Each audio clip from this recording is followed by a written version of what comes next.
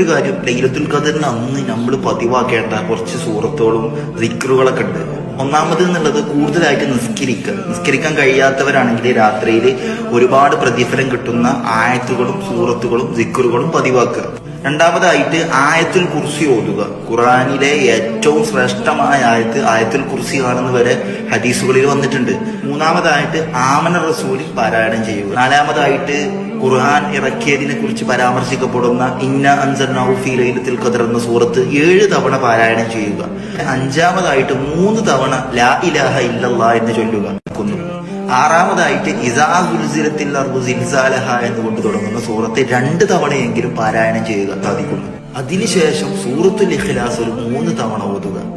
സൂറത്തുൽ ഇഖ്ലാസ് 3 തവണ ഓതിയാൽ ഖുർആൻ മുഴുവനായിട്ട് ഓതിയ കൂലിയാണെന്ന് ഹദീസുകളിൽ കാണാൻ സാധിക്കും. ഖുൽ ഹുവല്ലാഹു അഹദ് എന്ന് തുടങ്ങുന്ന സൂറത്ത്. ഈ പറഞ്ഞ കാര്യങ്ങൾ കുറച്ച് സമയമല്ലേ ആവശ്യമുള്ളൂ.